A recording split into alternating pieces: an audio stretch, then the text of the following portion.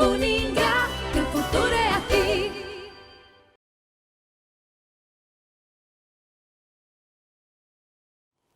Olá, aluno! Olá, aluna! Estamos de volta para o nosso vídeo da primeira parte da unidade 3, Teologia como Ciência e Sabedoria. Santo Tomás tinha o seguinte questionamento: é a doutrina sagrada uma ciência? Se a teologia é uma ciência, ela o é ao mesmo título que as ciências humanas, que conhecemos, ou num sentido total ou parcialmente diferente? Existem muitas formas de saber que não podem ser chamadas de ciência ou científicos. Como exemplo, nós temos o saber cotidiano, o saber artesanal, artístico, saber experiencial, religioso, etc. O fato de não serem científicos não retira deles a sua racionalidade, que não pode ser entendida univocamente. A maior parte do saber humano é saber não científico. As ciências se distinguem do saber não científico por uma restrição progressiva a um setor da realidade, ou seja, é um saber setorial e especializado. Também se distingue por uma organização maior interna e progressiva dos métodos e da sua terminologia, é um saber técnico. Se distingue por uma univocidade progressiva da terminologia, ou seja, é um saber único, e se distingue ainda por uma autossuficiência progressiva da terminologia e por uma independência progressiva do saber e do linguajar comum. É, então, um saber relativamente autônomo. Nós podemos dizer que o uso moderno do termo ciência não equivale mais ao uso dos antigos e dos medievais. Para estes, equivalia quase a saber o conceito de ciência. Na Idade Média, a resposta à questão se a teologia é uma ciência não parecia tão evidente. Alguns sustentavam que a teologia não é uma ciência. Escoto achava que para ser aplicado o conceito de ciência à teologia, ela deveria sofrer uma tal mutação que mal iria conservar sua significação original. Outros viam na teologia uma espécie de meio termo entre a fé e a ciência. Esse problema da relação da teologia com as outras ciências não foi de menos importância na Idade Média que o problema moderno das relações entre fé e razão, que nós nos deparamos antes um pouco na história e também agora. Vamos ver na alta escolástica como que isso se dava. A questão da teologia como ciência foi colocada em discussão quando a palavra e o conteúdo da teologia adquiriram pleno direito de vida dentro da fé cristã. Na época da alta escolástica, a questio, a questão, surgia da lectio, da leitura, e não se contentava com o mero retornar e reproduzir das sentenças que haviam sido elaboradas. A teologia da alta escolástica, ela vai pôr a sentença em questão, no sentido mais original da palavra, isto é, faz da sentença uma questão, a fim de que a nossa inteligência humana, através do questionar, se aproprie da coisa. Na realidade, esta é uma característica do espírito humano, de suas possibilidades e de seus limites. Aquilo de colocar-se os porquês, o poder e dever de estar sempre interrogando. No seu significado, fé e inteligência não possuem o sentido da autoridade e da razão ou do problema fé-ciência, mas descrevem simplesmente um problema de conhecimento. O esforço é de uma apropriação do conteúdo íntimo da coisa. Santo Tomás traz uma afirmação: o importante não é o que alguém pensou ou pensa, mas sim o que a coisa é em si mesma. E isso traz uma grande mudança na forma de pensar. A formulação desta problemática constitui uma verdadeira reviravolta.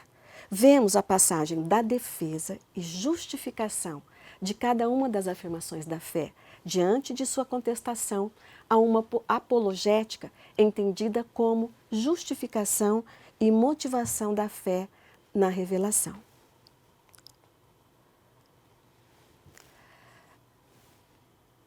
Essa época teológica também formula seus questionamentos em forma de teses, como estas. Não se pode saber uma coisa e ao mesmo tempo crer. Contudo, não pode haver contradição entre a verdade da fé e a verdade da ciência, uma vez que Deus é a única verdade que procuramos. São simplesmente duas maneiras de captar a mesma coisa, porque a verdade não contradiz a própria verdade, não é mesmo? Bem, a definição aristotélica da ciência, ela marca profundamente todas as formas de pensar. Na Idade Média, o problema da teologia tem sua origem nessa definição que Aristóteles dá à ciência. É nesta época que nas universidades recém-fundadas se começou a indicar à teologia o lugar que lhe cabia em relação às demais ciências. Para isso, era preciso medir a teologia pela concepção da ciência que era admitida na época. Então, a saber, pela concepção de Aristóteles. Bom, segundo este filósofo, que foi seguido de perto por Santo Tomás e também por seus contemporâneos, a ciência implica um conhecimento certo e sempre válido, resultado da dedução lógica.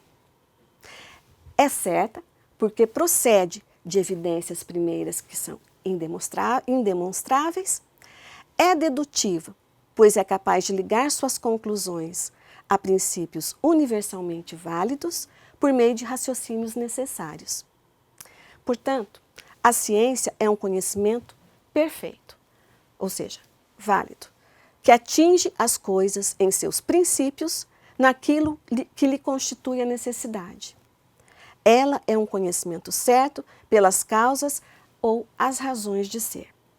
Esse tipo de ciência aristotélica pertence à geometria, cujos teoremas repousam sobre princípios evidentes, isto é, os primeiros axiomas que foram criados.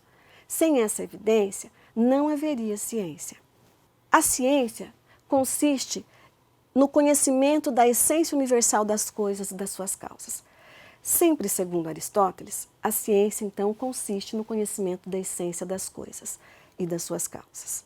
Este conhecimento cria relações lógicas em forma de demonstração por deduções e conclusões lógicas, cujo fundamento último são os princípios supremos do ser e do pensamento. Portanto, princípios e conclusões são a armadura desse conceito de ciência. São eles que constituem a ciência como organização racional do saber. A ciência, ela pode ser definida de uma tríplice maneira, no sentido de conhecimento certo e dedutivo, como entendia Aristóteles, com um tríplice grau também. O primeiro seria a física, ou a filosofia da natureza, que é a nossa atual cosmologia. O segundo seria a aritmética, a geometria, e por terceiro a metafísica. Também vamos encontrar a ciência experimental, por exemplo, a física e a química. A ciência, e por último, a ciência é entendida como conhecimento metódico, sistemático e unificado a partir de um objeto dado e, dependendo do objeto, nós vamos encontrar a sociologia, a antropologia, a teologia, etc. Tais métodos e unidades eles poderão ser diferentes, mesmo porque cada ciência tem um objeto. E a partir desse entendimento desse objeto, ela vai ser caracterizada. Os princípios da teologia não são imediatamente evidentes, porque o seu objeto não é evidente em si mesmo.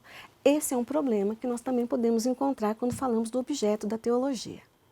Na Idade Média, pensava-se que um testemunho que se apoia sobre o testemunho, por exemplo, a história, não verifica a própria noção de ciência, pois o testemunho não poderia causar a certeza, lembra a certeza?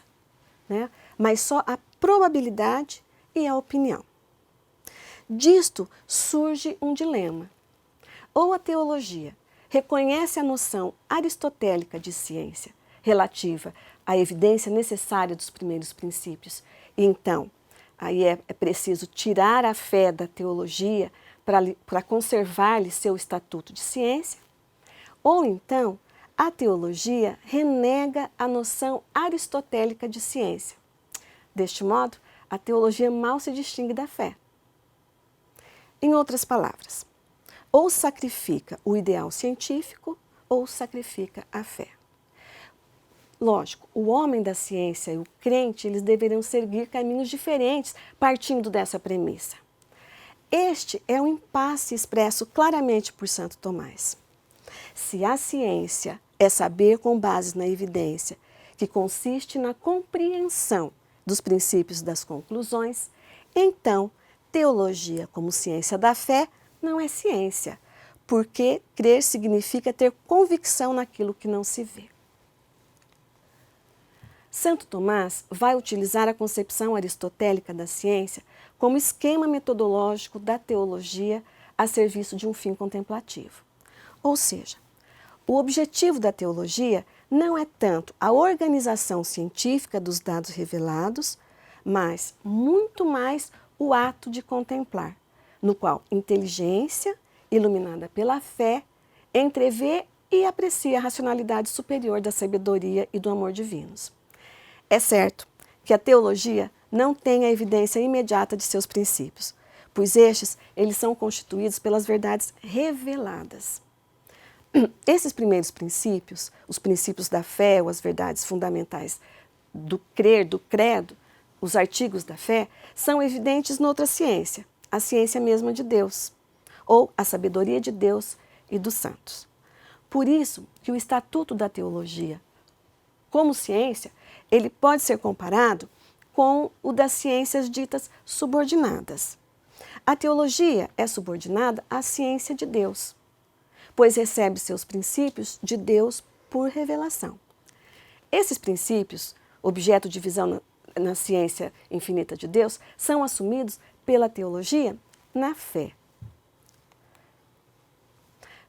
Em relação aos artigos de fé, nós podemos dizer o seguinte: se é plenamente aceito que na fé a inteligência adere a seu objeto fora de toda evidência, é importante ressaltar que este objeto tem um aspecto formal, a realidade divina mesmo, o aspecto material, os dogmas e os artigos de fé, a Trindade, a encarnação, a redenção, os meios de graça, o julgamento último, o mundo futuro, a vida eterna. Deste modo, utilizando as verdades de fé como axiomas, o teólogo poderá explicitar o conhecimento de fé e captar a coerência interna da revelação. Chegamos ao final do primeiro vídeo da unidade 3. Nosso tema, este assunto, nós continuamos no próximo vídeo. Até lá!